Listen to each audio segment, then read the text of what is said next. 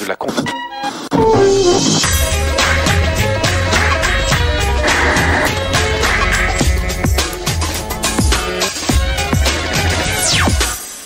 Salut à tous. Samedi 12h45, c'est plus clair. Toute l'actu médiale, les images, nos enquêtes, les coulisses, nos invités au programme. Aujourd'hui, on commence comme chaque semaine avec le Média Mix. C'est l'essentiel de l'info média en images et en 5 minutes. Dans l'actu cette semaine, le départ du directeur général adjoint de TF1, Takis Candelis. Le compte à rebours dans les rédactions avant les municipales demain. Et bien sûr, l'affaire de la semaine, Pékin Express, accusé de bidonnage, les témoignages et la riposte d'M6 plus clair fait le point. Comment faire bouger le bulletin météo? France 2 a son idée, une nouvelle présentatrice, Tania Young. Nous l'avons suivie à l'entraînement. Notre Zoom, c'est une plongée dans la Russie de Vladimir Poutine. Le pays a changé de président, enfin pas vraiment. Comment les médias ont couvert cette pseudo-élection? Reportage de notre envoyé spécial à Moscou. Sur le plateau de Plus Clair, un animateur un peu téméraire. Son défi, présenter les victoires de la musique sur une jambe. Nagui s'est blessé au ski, mais il n'a pas voulu annuler la cérémonie de ce soir. Et en plus, il est venu nous en parler. Et bien sûr, vos autres rendez-vous, le zapping, l'ITV Télé. Cette semaine, Valérie Benaïm et Michel Simès. L'Observatoire des séries, la Webzone et notre télé des voisins avec The Big Give, quand la générosité rapporte gros. Voilà pour le menu. On commence tout de suite avec l'actu de la semaine, résumé et mixé par Plus Clair. C'est le Média Mix préparé par Karima Hamzaoui et Théodore Bourdeau. C'est parti. Lundi à 20h50 sur TF1, un comédien faisait ses débuts dans un premier rôle. Mais qui vous êtes? Comment ça, qui je suis? C'est Jean-Luc Reichmann, bien sûr, le même que celui du jeu Attention à la marche, diffusé tous les jours à midi sur la même chaîne. Et là, c'est le drame. Mais non, Jean-Luc, la fiction Le Monde est petit a rassemblé 7 200 000 téléspectateurs ce lundi. Un résultat plus que satisfaisant, surtout sur la fameuse ménagère de moins de 50 ans qui vous a plébiscité. Vous avez raison, il faudra penser à faire un document, une plaquette, quelque chose avec ma photo. L'histoire, c'est celle d'un papa hyperactif plaqué par sa femme et qui doit se débrouiller seul pour la garde de sa fille. Reste maintenant à savoir si ce personnage pourrait devenir récurrent sur TF1. Réponse dans les prochaines semaines. C'est excitant, un nouveau programme quand même. Mardi sur France 2 à 20h50, Culture oblige sur le service public et vous avez pu suivre la saison 2 de la collection Chez Maupassant et ça donnait ça, Marianne Chazelle dans Le Rosier de Madame Husson. L'histoire de Rosière me tourne boule. Et vous l'avez reconnu, Régis Laspalès dans L'Ami Joseph. Je vais en avoir des choses à dire. Deux téléfilms adaptés de l'œuvre de Maupassant qui ont mis KO la concurrence. En tout, vous étiez plus de 7 millions de téléspectateurs à suivre cette soirée. Pas mal. Je suis si heureuse. Il faut dire que toute la semaine, il était difficile d'échapper à la déferlante Maupassant, d'abord par voie de presse, en veux-tu, en voilà, mais aussi dès dimanche dernier sur le plateau du 20h. Vous êtes Madame Husson, ça vous convient comme rôle? Parfaitement, j'étais très à l'aise parce que j'ai beaucoup de péchés à me faire pardonner. Tom. Alors, à mardi prochain. Et ce n'est pas fini, Maupassant revient la semaine prochaine, et comme d'habitude, quand ça marche sur France 2, la chaîne remercie ses téléspectateurs. Merci. Mardi, nouveau jeu de chaises musicales chez TF1. Takis Candelis, le directeur adjoint chargé des programmes, démissionne. Il est remplacé par Laurent Stork, responsable des acquisitions de la chaîne. Vous êtes sûr? Oui, pourtant, Takis, c'est l'homme des cartons d'audience de TF1 comme Zodiac, la saga de l'été 2004, mais aussi Navarro, Julie Lescaut ou Joséphine Ange Gardien. Takis Candelis a aussi connu quelques revers, notamment en septembre 2007. Takis Candelis a été l'homme de l'hôpital, cette série qui a été un échec retentissant. L'hôpital, c'était le bébé de Takis Candelis. En septembre, nous l'avions rencontré et il y croyait dur comme fer. Personnellement, je l'aime beaucoup. Je trouve qu'elle est bien tournée, bien jouée, bien réalisée, bien produite. A priori, ce n'était pas l'avis de TF1 qui lui a préféré des blockbusters américains. Presque logique donc qu'aujourd'hui, Laurent Stork remplace Takis Candelis. Laurent Stork, qui est lui directeur des acquisitions et qui réussit absolument toutes les importations qu'il faut. Les experts, Grey's Anatomy, Lost et Ugly Betty. Tout ça sont des succès logiques.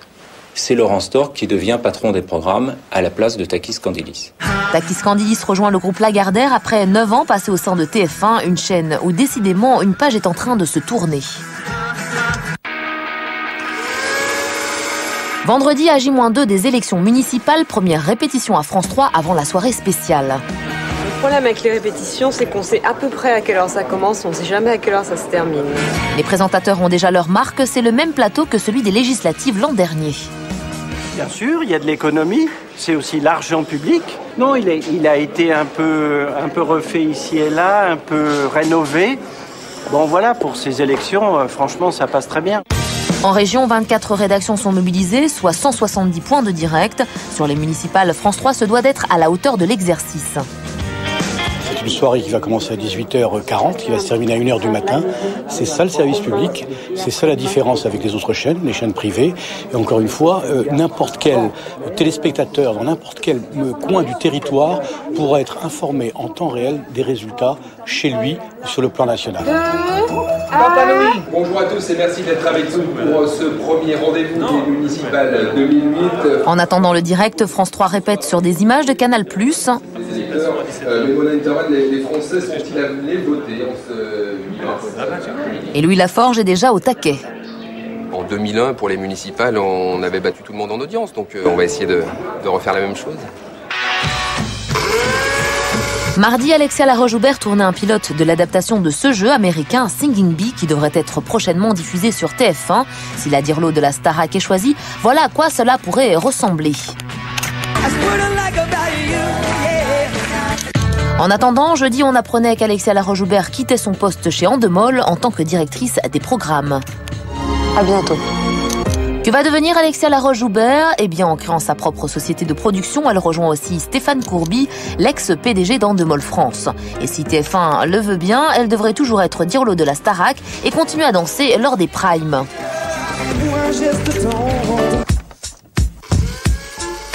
Lundi, tous les magazines télé ne parlaient que de ça. Le jury de la Nouvelle Star 2008, bien sûr. Une seule question en couverture. Pourquoi sont-ils aussi méchants ? Le 23 février dernier, nous recevions André Manoukian sur notre plateau. Nous lui avions parlé d'une candidate pas comme les autres. Extrait. Il y a une insistance chez elle, il y a quelque chose qu'elle comprend pas, donc on est obligé d'y retourner encore, et c'est terrible. Là, on est dans l'exemple typique du Spoons. Droit de réponse oblige. Cette semaine, nous avons rencontré Cindy Sander et voici sa réponse. Un mot en particulier qu'il a dit, qui m'a beaucoup blessée. Spoons. Qui m'apprécient pas, qui m'ont pas pris, d'accord ? Mais stop, faut que ça s'arrête là une fois pour toutes. On rabâche et on rabâche et on rabâche la même chose. Spoons. Nous, Cindy, on t'adore et on te laisse chanter pas 1 seconde, pas 2 secondes, mais 7 secondes.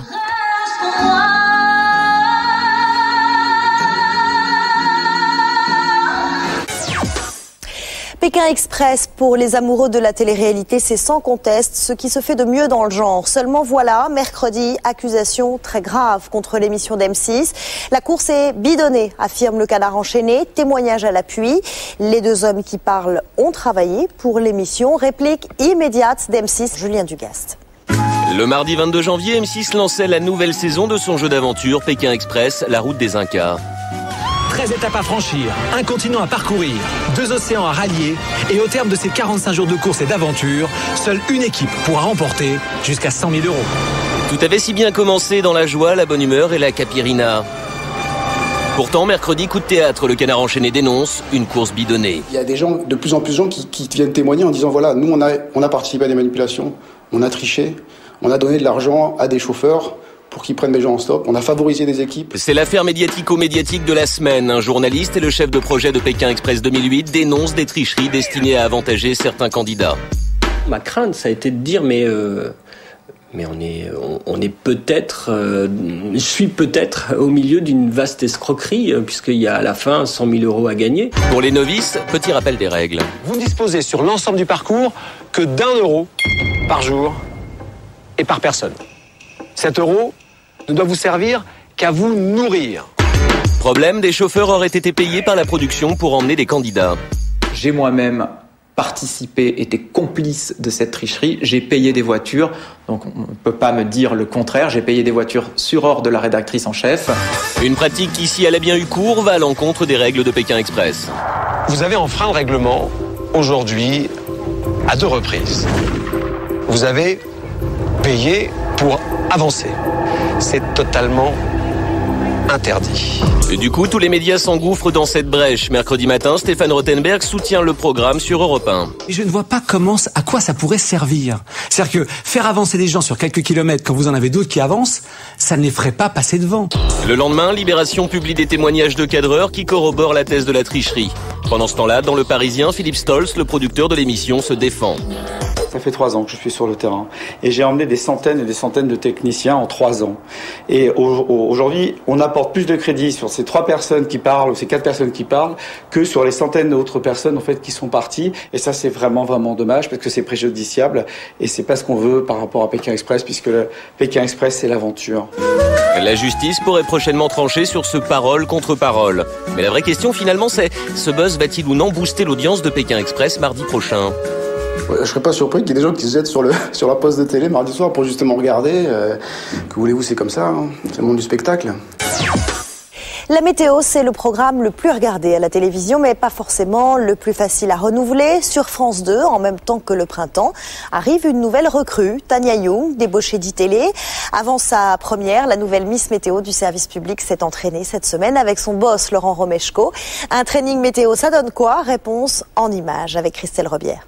Ça, c'est celle de ce matin, celle-là. Attends, mais là, alors là, il y a un souci. Petit cours de cartographie virtuelle pour Tania Young. C'est pas grave, elle m'a juste oublié une vitesse de vent, mais je vais... Bon. Depuis hier, elle est la nouvelle Miss Météo de France 2, le Patrice Drevet version glamour. Cet après-midi, cette agitation donc qui persiste sur la Corse avec des neiges à 1000 mètres d'altitude. Et ce soir à 20h, elle va se retrouver pour la première fois devant 4,5 millions de téléspectateurs. Je veux pas penser à ça. Je veux pas me perturber l'esprit avec ce genre de choses. Mais au fait, pourquoi elle? Ce qui m'a convaincu, c'était sa maîtrise tout d'abord du discours météo. Bonjour à tous, ce mardi matin, une nouvelle perturbation. On va aborder le pays. Il y avait une faculté, une facilité également sur la présentation météo. Bien entendu, il y a le son, mais il y a aussi l'image. Les deux correspondaient. En attendant l'image et le son à J-1, Tania apprenait encore les rudiments du logiciel météo de France 2. Tu mets tes textures sur l'après-midi maintenant. Après, tu rajouteras les vents. Car ici, on fabrique soi-même sa carte. Mais le deuxième, ouais. Tu l'atténueras avec du cumulus blanc, je pense. D'accord. Ouais. Ça, c'est bon. 1 heure après, arrivée en loge maquillage avant une ultime séance de training. Voilà. Il n'y a personne dans la loge de maquillage et je sais pas où je dois m'adresser. France 2, c'est grand. Si, Stéphanie. Heureusement, Laurent Romeshko l'accompagnera car il doit, lui, enregistrer la météo du soir. Alors là, on est sur le studio JT, avec l'espace météo ici, avec une studio virtuelle. Et puis là, ouais, un petit peu sinueux. On a le plateau du 20h qui est là. Avec, vous ne le voyez pas derrière, mais juste derrière le panneau blanc, il y a David Pujadas. Et c'est parti. Monsieur, bonsoir. Le temps se calme tout doucement en Méditerranée. Alors même si les chutes de neige vont encore se poursuivre, mais à plus haute altitude, à partir de 800-1000 mètres pour demain. La météo est un exercice difficile. Les cartes météo viennent s'incruster sur le fond vert et le présentateur, lui, doit trouver des points de repère. Je vous souhaite de passer une très belle soirée. Dans un instant, le journal de 20h, David Pujadas. À tout à l'heure. Et après le maître, l'élève. Madame, monsieur, bonsoir. C'est un temps typique de mois de mars qui se profile pour le week-end à venir. Cette situation, nous allons la retrouver demain matin avec toujours un temps agité sur la Corse et des vents assez forts sur le sud-est du pays. Bon, le terrain est encore un peu glissant, mais globalement... C'est bien. Ça, c'est une chose. L'autre chose, ce sont tes mains. Utilise-les avec plus de certitude. N'hésite pas à plaquer, tu vois, sans que ce soit brutal. Quelques réglages encore, mais la relève est assurée ? Oui, avec Tania, oui, ça fonctionne. On n'est pas inquiet. C'était dimanche, élection présidentielle en Russie. Un certain Dimitri Medvedev a conquis le Kremlin. Ce n'était pas difficile. Installé là grâce à Vladimir Poutine, qui sera probablement Premier ministre. Les opposants crient à la farce. Les journalistes, eux, sont obligés de se taire. Notre envoyé spécial a choisi de suivre l'un des seuls médias russes indépendants, Radio Echo Moscou. Reportage exclusif, Laetitia Krupa. C'est l'info internationale de la semaine. La Russie a ce matin un nouveau tsar. Dimitri Medvedev a été élu. Avec plus de 70% des suffrages. Dans la presse française, l'élection de Dimitri Medvedev a été très suivie. Mais à notre arrivée à Moscou, aucun signe d'effervescence. Dans les rues presque désertes, il n'y a pas d'affiche de campagne, à part celle-ci, imposante face au Kremlin. D'ailleurs, il n'y a pas eu de campagne, alors les médias se sont désintéressés de cette passation de pouvoir. La radio Écho de Moscou, un des seuls médias indépendants du pays, a bien essayé d'organiser des débats, mais le parti de Vladimir Poutine et de Dimitri Medvedev a refusé toutes les invitations. Ils viennent pas, ils veulent pas. Parce qu'Écho de Moscou est resté, ce n'est pas une radio d'opposition, ce n'est pas une radio d'une force politique. C'est une radio d'information et c'est le principe est de fournir un plateau pour la discussion pour tout le monde. Tous les jours, Écho de Moscou doit lutter pour son indépendance éditoriale, car son principal actionnaire, c'est Gazprom, le géant gazier d'État, dirigé jusqu'à peu par le nouveau président Dimitri Medvedev. Bien sûr que le pouvoir a détruit le système de médias libres, surtout de la télévision. Mais en même temps, il ne faut pas participer à ça. Il faut s'imposer. Il faut s'imposer dans la profession, c'est important. Dimanche, pour l'élection, les programmes de la radio n'ont pas été bouleversés. Seule la fréquence des flash infos a changé. Après la fermeture du bureau de vote, on va faire les bulletins d'information toutes les 15 minutes. Toute la journée, les rues sont restées calmes, les bureaux de vote loin d'être assaillis. Pour voir la ville s'animer, il a fallu attendre 21h. Les premiers résultats tombent sur les télés russes, toutes contrôlées par le pouvoir. Pas de surprise, juste des chiffres officiels. Là encore, la radio Écho de Moscou va se démarquer. Elle est le seul média à parler de fraude. 21h sur Écho de Moscou, ici Marina Korolieva. Selon les premiers résultats, la participation à l'élection présidentielle frôle les 70%, mais le parti communiste signale déjà des irrégularités au scrutin. Dans certains bureaux de vote, on aurait donné aux électeurs plusieurs bulletins de Medvedev. Devant le Kremlin, les télés étrangères enchaînent les duplex, mais l'accès est fermé aux autres journalistes. Nous passerons la barrière de sécurité grâce au correspondant de France 2, Laurent Boussier. Attends, tu peux couper parce que le policier nous accompagne. Ok, c'est pas si bas. Autour de la place rouge, la foule afflue, des jeunes principalement attirés par le concert donné en l'honneur de la victoire du nouveau président Dimitri Medvedev. Avant j'étais pour Poutine, alors maintenant je suis pour Medvedev. J'ai voté pour Dimitri Medvedev, car avec lui, la Russie s'imposera dans le monde. Population conquise, population maîtrisée. Plus de 67% des voix, un triomphe pour celui qui a fait toute sa carrière dans l'ombre de Poutine. C'est ce que va montrer Laurent Boussier dans son reportage. En Russie, la politique est aussi une affaire de com'. L'image qu'on retient ce soir, c'est celle des deux traversant la place rouge sous la neige. C'est l'image que vont retenir les Russes en tout cas. Ça me semble clair parce que c'est une image forte. Ils ont parfaitement maîtrisé la communication de cette élection de bout en bout. Ils sont très forts. Ce sujet, c'est pour quand ? Là, c'est pour le 23h, c'est-à-dire c'est pour dans 10 minutes. Et demain matin, au Télématin. Minuit et quart, retour à Écho de Moscou. Ce soir-là, les deux responsables de la radio sont plutôt désabusés. C'est la campagne la plus ennuyeuse que j'ai eue. Chaque campagne présidentielle finissait ici par une grande fête avec les candidats, avec les politologues, avec les journalistes, avec les télévisions, etc. Aujourd'hui, c'est rien. Personne ne veut venir parce qu'à quoi dire. Le rédacteur en chef adjoint, lui, choisit l'ironie pour résumer la soirée. Bon, un petit concert, petite intervention. Des petits jeunes, des bus, des cars qui les amenaient de partout. Un étudiant qui a appelé en direct de l'université technique. Il a dit mais chez nous on recrutait les gens pour ce concert pour 1500 roubles. C'est pas mauvais pour les étudiants. 1500 roubles, c'est l'équivalent de 40 €. Le lendemain, lundi, ce sont les mêmes étudiants que nous retrouvons sur les quais de Moscou. Les Nachi, jeunesse pro-poutinienne, instrumentalisée par le pouvoir. On va à l'ambassade des États-Unis pour leur dire « Arrêtez la provocation, mêlez-vous de vos affaires ». Dans la presse russe, aucune critique, aucune allusion aux fraudes électorales. Seule une question est posée, comment Medvedev et Poutine vont se partager le pouvoir ? Début de réponse peut-être avec cette image qui a fait le tour du monde. Je vous félicite pour votre victoire. Merci pour vos félicitations, mais je pense que le résultat de ces élections traduit la confiance des Russes grâce au travail accompli. Les journalistes d'Écho de Moscou, eux, continueront à critiquer librement la politique du Kremlin, même s'ils savent qu'il y a des risques. Tous ont encore en tête l'assassinat de leur consoeur Anna Politkovskaya en octobre 2006. elle avait le même discours humaniste. Elle disait ce qu'elle voulait. Non seulement sur la Tchétchénie, mais sur tout ce qui se passe en Russie et ailleurs. Et ça, bien sûr, c'est dangereux. Jusqu'à aujourd'hui, le Kremlin a toléré Écho de Moscou parce que c'est un média minoritaire et qu'il sert de caution démocratique. Mais les journalistes de la radio savent que tout peut s'arrêter du jour au lendemain.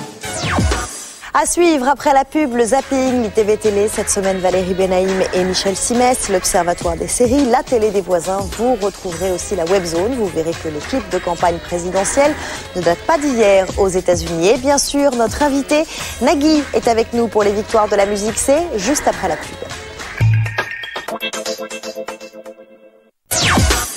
Retour sur le plateau de Plus Clair et tout de suite, comme promis, le zapping. Quand deux personnalités de la télé font les questions et les réponses, ça donne l'ITV Télé. Cette semaine, Valérie Benaïm et Michel Simès. On regarde. Balance un peu, est-ce que tu connais un animateur ou une animatrice qui a eu recours à la chirurgie esthétique ? Les frères Bogdanov, mais je sais pas qui est l'animateur et qui est l'animatrice. Est-ce que tu kiffes Ingrid Chauvin ? Je la kiffe grave. Alors j'aimerais savoir le produit pour lequel tu accepterais de faire de la pub. Les slips Sloggy. Et dis-moi le produit pour lequel tu ne feras jamais de pub. Un string Sloggy. À part la tienne, quelle émission aimerais-tu présenter ? Secret d'histoire sur France 2. Quel animateur ou animatrice du PAF embrasserais-tu sur la bouche, coquin ? Laurence Ferrari. Est-ce que tu as déjà utilisé ta notoriété pour avoir une bonne table au restaurant ? Bah bien sûr. Mais non. Enfin, de temps en temps... Enfin, non. Non. C'était quand la dernière fois que tu as pleuré devant la télé ? En regardant un match du PSG. Est-ce que pour toi, la télévision est un univers impitoyable ? Pas la télé, c'est pas un univers impitoyable. En revanche, il y a certains JR qui y travaillent qui la rendent impitoyable. Quelle est ta marionnette préférée au Guignol ? Michel Denisot. Si Nicolas Sarkozy devait présenter une émission de télé, ce serait laquelle ? Une émission de speed dating ? Avec quelle personnalité t'a-t-on déjà confondu ? Par évident, Michel Croton. Bip bip. Quel est, à part moi, l'animateur télé que tu aimerais relooker ? Jean-Luc Reichmann, mais c'est un copain, hein, parce qu'il manque un petit truc. Il manque pas grand-chose, mais il manque un petit truc, Jean-Luc. Je suis désolée. Non, parce que dans la vie, c'est bien quand il s'habille dans la vie. Quel est ton rituel avant de passer à l'antenne ? Est-ce que tu demanderais à la Valérie Damido de redécorer ton appart ? Pourquoi pas, mais si elle parle pas. Les animateurs télé sont-ils plus de droite ou plus de gauche ? Ça dépend, avant ou après la chute dans les sondages. Quelle est l'émission télé que tu aurais aimé inventer ? Le journal du Hard. Voilà, interview croisée réalisée par Alexandre Pérez. Depuis lundi dernier, Valérie Benaïm est tous les soirs à 19h50 sur Direct 8, Culture VIP. Michel Simès, lui, présente le magazine de la santé et Allo Docteur. C'est du lundi au vendredi de 13h35 à 15h sur France 5. Vous connaissez les experts, FBI porté disparu ou encore Cold Case, mais de l'avis de tous les critiques, The Wire est de loin la meilleure série policière américaine. C'est aussi la préférée du candidat Barack Obama. The Wire, sur écoute en VF, c'est le travail, mais aussi la vie quotidienne des policiers de Baltimore. Et pour cette 5e saison, la série nous emmène dans les coulisses du journal local, le Baltimore Sun. Vincent Calvet.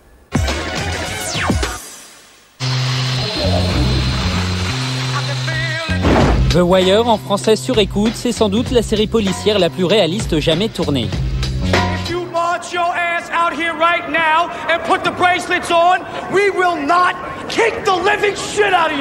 La série est diffusée sur la chaîne américaine HBO depuis 2004 et en France, on l'a vue sur Jimmy. L'un des décors principaux de la 5e saison, c'est la salle de rédaction du quotidien Le Baltimore Sun.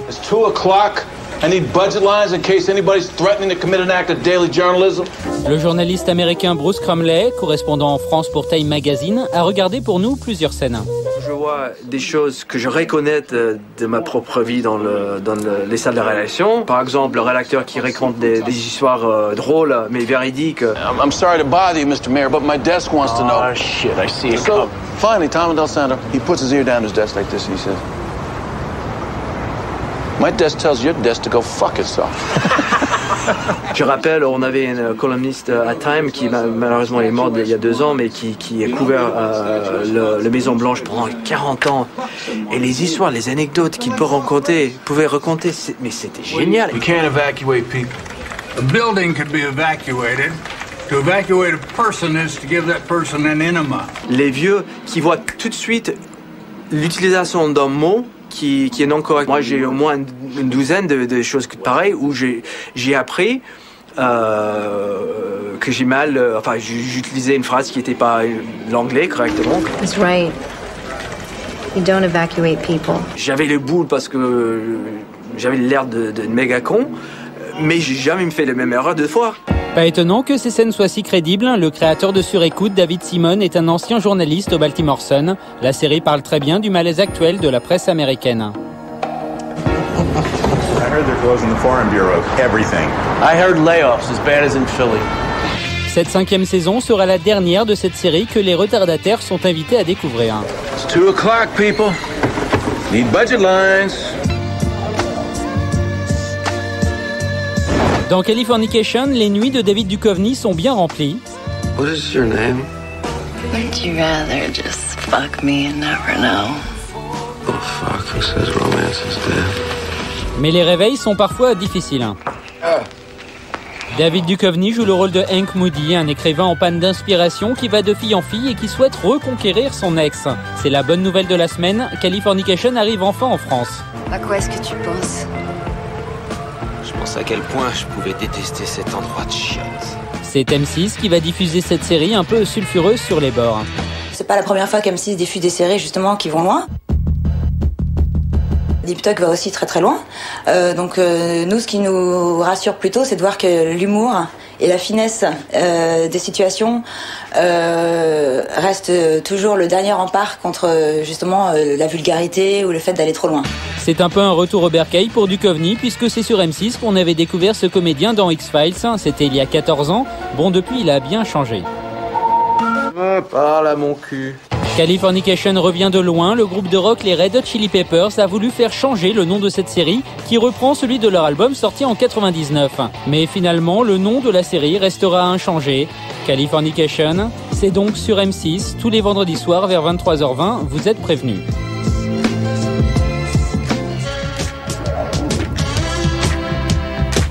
Dimanche dernier, sur la chaîne American Fox, c'était la diffusion du premier épisode de la nouvelle série Unhitched, une série plutôt attendue car produite par les frères Farrelly. Les rois de la comédie un peu lourde mais bon enfant. On leur doit Dumb and Dumber et Marie à tout prix. Ils ont produit cette série sur un trentenaire qui vient de divorcer. On retrouve ici les ingrédients des films de Farrelly, même si le tout reste bien plus sage.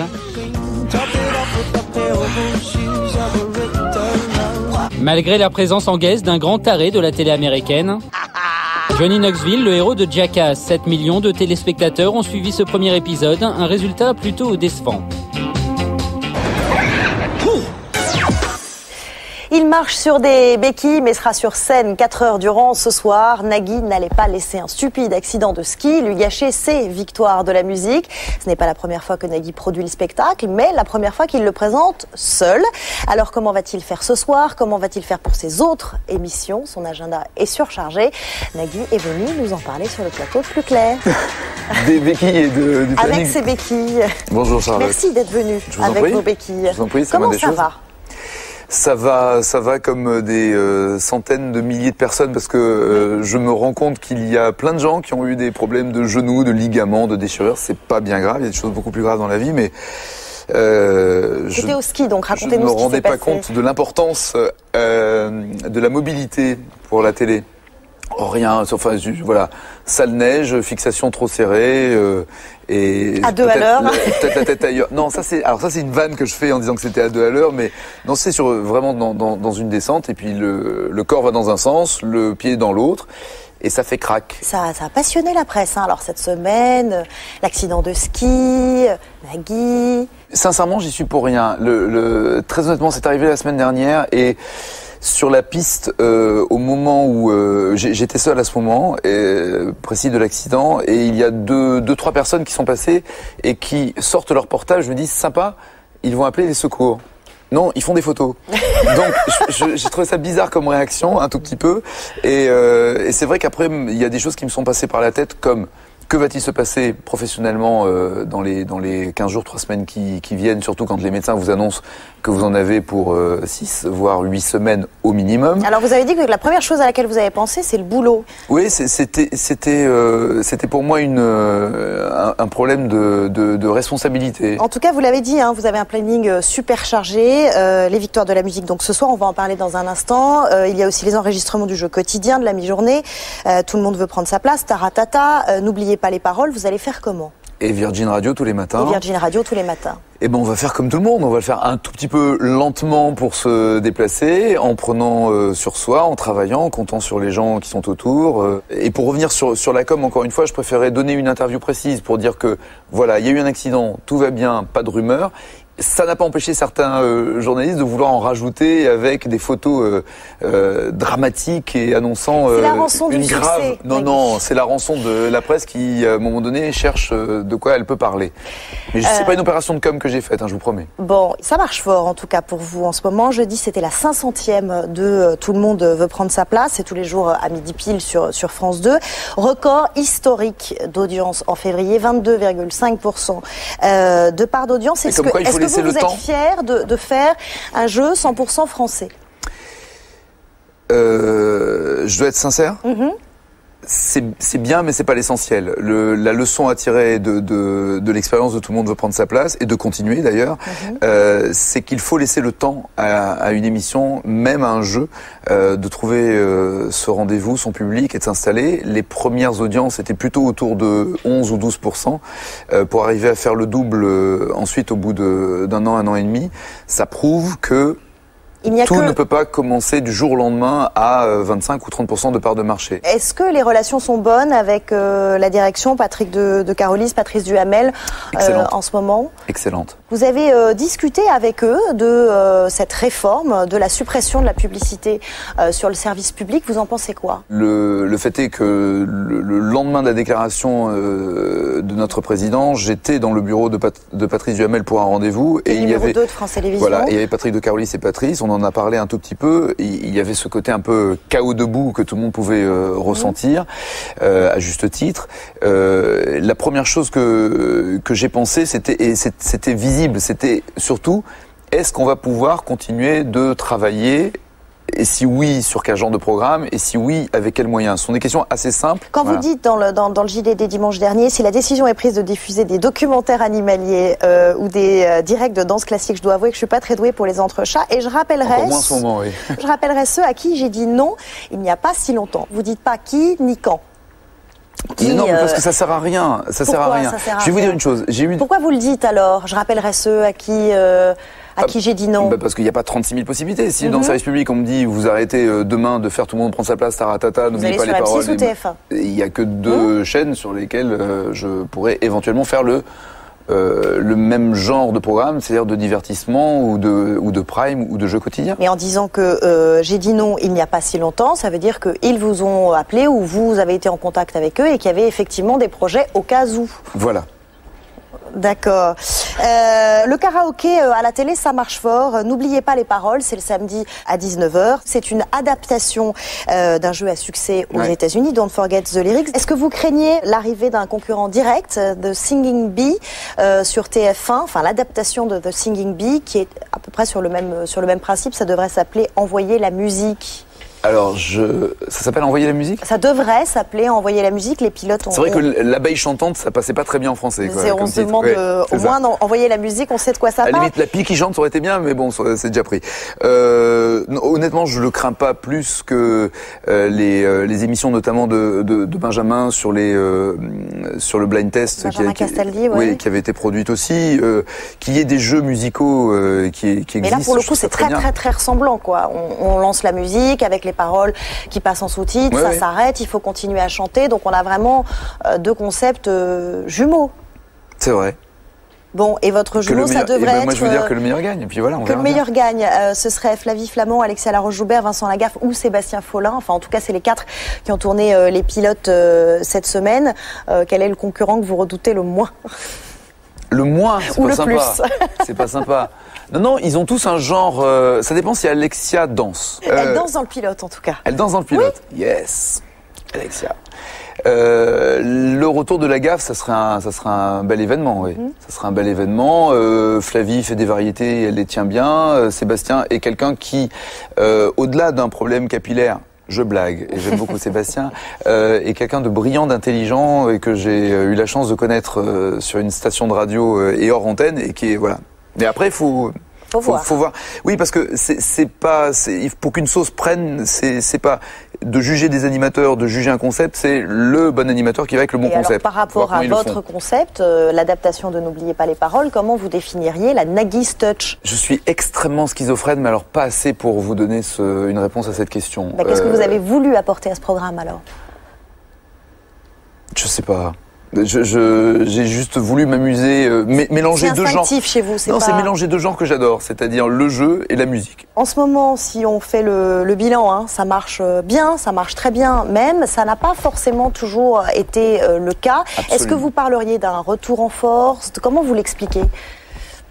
Comment je l'explique? Uniquement par le travail. Uniquement par le travail et par le côté, comme diraient les joueurs de foot, on ne lâche rien. Voilà. Quand il y a eu un passage à vide dans les années 90... Non, c'est pas dans les années 90, c'est plutôt 2000. Non, c'est plutôt 2000. C'est-à-dire qu'il y a eu, après la période brosse à dents, il y a eu l'erreur commise à TF1, ouais.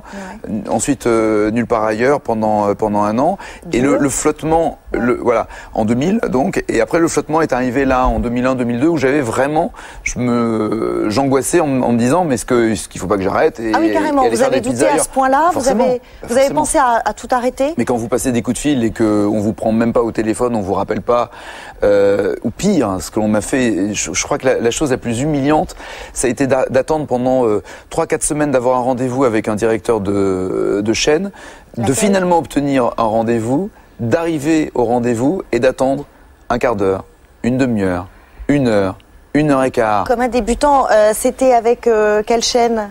Et qu'à la fin, on vienne vous voir en vous disant, finalement, il ne pourra pas vous voir. Revenons à ce soir. Les victoires de la musique, vous êtes celui à qui l'on confie année après année la cérémonie. Et malgré votre blessure, vous avez participé aux répétitions cette semaine. On était là, les coulisses des préparatifs, en images, Julien Dugast. Jeudi après-midi, au Zénith de Paris, on s'activait pour les répétitions de la 23e édition des Victoires de la musique. S'il vous plaît, on libère les axes caméra pour la lumière. À J-2, le réalisateur Gérard Pulicino doit être partout sur scène pour effectuer les derniers réglages avec les artistes. Ici, c'est Christophe Maé.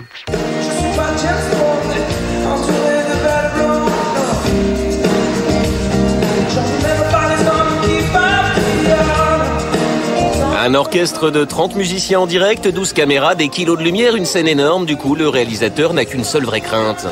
Même si on bétonne au niveau technique, on sécurise, on double les moyens techniques, il y a un moment où on n'est jamais à l'abri d'un problème technique. Donc c'est ça en fait qu'on redoute dans un direct de cette envergure. En même temps, faut dire qu'en France, on n'est pas vraiment habitué à ce genre de très gros show. Et même Christophe Willem est impressionné. Pourtant, la Tortue est coutumière des émissions de télé où l'on chante. Une grosse cérémonie comme ça, je veux dire, il y a MTV qui fait des trucs, VH1, il y a plein de chaînes musicales. En France, on n'en a pas beaucoup. Donc c'est vrai que quand on a l'opportunité d'avoir une exposition comme celle-ci, forcément c'est super plaisant d'en faire partie. Pendant ce temps-là, en régie, Gérard Pulicino rôde son clavier qui lui sert à sélectionner ses caméras, le même qu'il utilise depuis 15 ans pour Taratata. Mais les victoires, c'est surtout l'occasion pour certains artistes d'apparaître pour la première fois dans un très gros prime de variété. Je sais pas, je suis un peu perdue, je sais pas exactement où on est là. C'est grand, non? C'est grand. C'est le cas de cette jeune artiste, Émilie Loiseau, nominée dans la catégorie Révélation de l'année. Moi, je réalise pas trop là en fait. Là, je vais jouer ma chanson avec les musiciens. C'est un peu comme un jeu. Je pense qu'après-demain, ce sera un peu différent.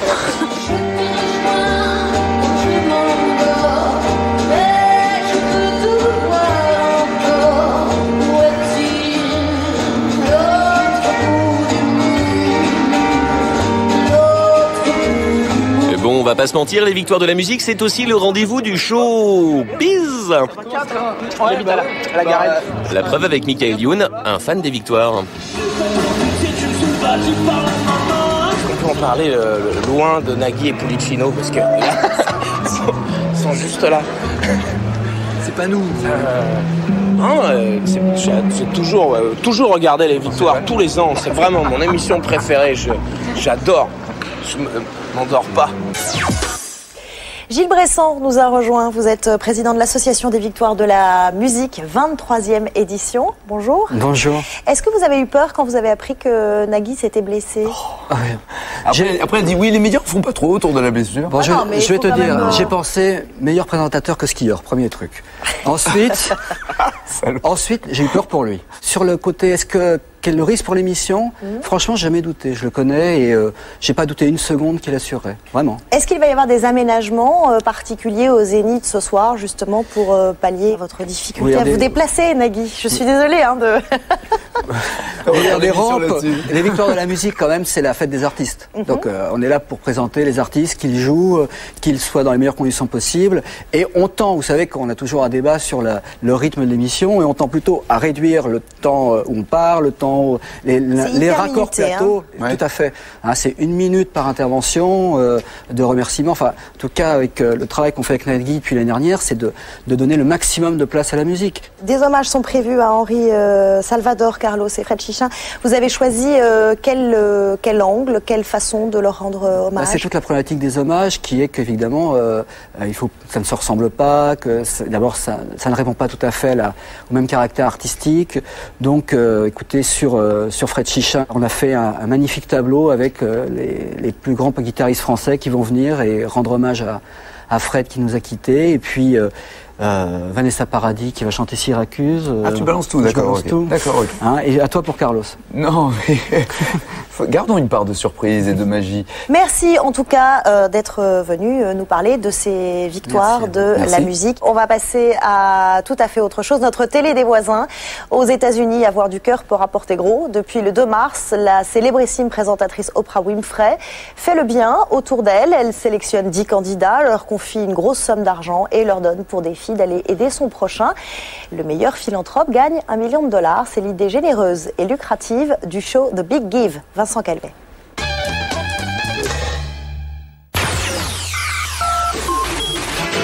Dimanche dernier, sur la chaîne américaine ABC, il fallait donner sans compter. What would you do if someone handed you a bundle of money, but there's a twist? You have to give all that money away. C'était la diffusion du premier numéro de The Big Give, une nouvelle émission de télé-réalité produite et présentée par Oprah Winfrey, l'une des femmes les plus puissantes de la télé américaine. Ce projet, visiblement, lui tient beaucoup à cœur. This is a show designed after my own heart.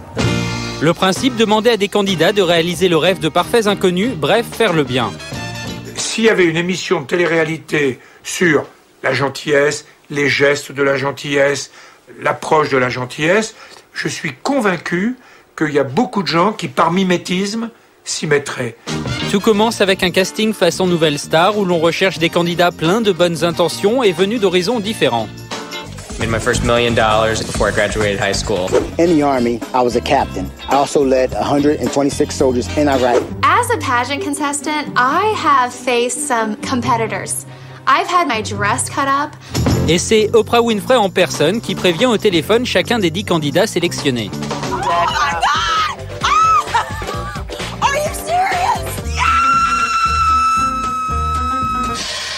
Okay, sorry. Leur première mission, améliorer la vie d'un parfait inconnu avec $50 000 en liquide. Les candidats doivent donc absolument faire le bien devant les caméras, mais la vraie morale ici, c'est un peu donner plus pour gagner plus. What they don't know is at the end, I'm going to surprise the winner with $1 million. Le petit ennui, c'est qu'on donne de l'argent pour le faire. Or, au fond, on doit donner rien du tout, puisque la récompense qu'on a, c'est le sourire de l'autre. Évidemment, comme tout programme de télé-réalité qui se respecte, tout cela se termine par une élimination. Marlène a dû quitter l'aventure, il faut croire qu'elle n'a pas été assez gentille. We said in the beginning, you either have to give big or you go home. Avec 15 700 000 téléspectateurs dimanche soir, The Big Give s'est classé en tête des audiences. Les bons sentiments ont un bel avenir à la télé, ça fait chaud au cœur. Pendant que Barack Obama et Hillary Clinton continuent leur lutte au coude à coude pour la candidature démocrate, petit coup d'œil dans le rétro. Un site nous permet de revoir tous les clips de campagne des candidats à la présidence depuis 1952 et l'élection d'Eisenhower. forpresidents.tv, c'est 50 ans de com présidentielle à l'américaine. Extrait Théodore Bourdeau. Quoi de neuf dans la webzone? Hillary Clinton, Barack Obama, décidément impossible de les départager. Dans la course à la présidentielle, la com joue un rôle essentiel et ce n'est pas nouveau. La preuve avec ce site forpresident.tv qui propose une compile de toutes les vidéos de campagne des présidents américains depuis les années 50. L'occasion pour nous d'une étude de style. 1953, Eisenhower.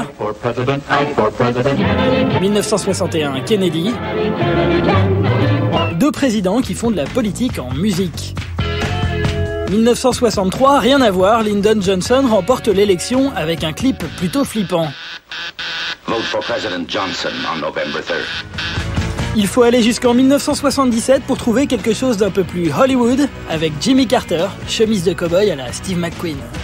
Les années 80 avec Ronald Reagan qui joue la carte du conceptuel bizarroïde. For some people, the bear is easy to see. 1989, George Bush père débarque à la Maison Blanche grâce à un clip en famille bien larmoyant. 1993, Bill Clinton ressort un vieux carton de photos vintage pour fabriquer sa vidéo de campagne. Et les années 2000, George Bush Jr. donne dans la bande-annonce internet quasi tectonique avant l'heure. Aujourd'hui, en 2008, c'est du côté d'Hillary Clinton qu'il faut chercher la nouveauté avec cette vidéo. C'est Jack Nicholson qui apporte son soutien à la candidate avec un montage de ses plus grands rôles. Et ça marche, le clip a été visionné plus d'1 million de fois. I'm Jack Nicholson, and I approve this message. À part ça, dans la webzone, la semaine dernière, Paris Première rediffusait un épisode de l'émission Paris Dernière dans lequel l'actrice Marion Cotillard remettait en cause les attentats du 11 septembre. Sur le net, la presse française annonçait une polémique géante, mais en fait, pas du tout. À part quelques blogs américains reprenant l'info, pas grand-chose. Sur Facebook, un groupe demande que l'Oscar soit retiré à l'actrice française, mais il ne réunit que 9 membres. La loose. Sur les sites de partage, on trouve quelques vidéos en rapport avec l'affaire, mais pas toujours très crédibles. Oh là là Marion, qu'est-ce que tu dis, qu'est-ce que tu fais? Le buzz anti-Cotillard n'a pas vraiment pris et pourtant sur le net on a trouvé cette vidéo, une interview donnée par l'actrice au New York Times juste avant les Oscars, où l'on se rend compte que Marion Cotillard est juste un peu givrée, tendance rigolote. I think that my brain stops. Voilà, plus clair, c'est fini. Vous pouvez retrouver les meilleurs moments de l'émission sur le site canalplus.fr. Je vous retrouve samedi prochain, 12h45. Et d'ici là, ouvrez grand vos yeux.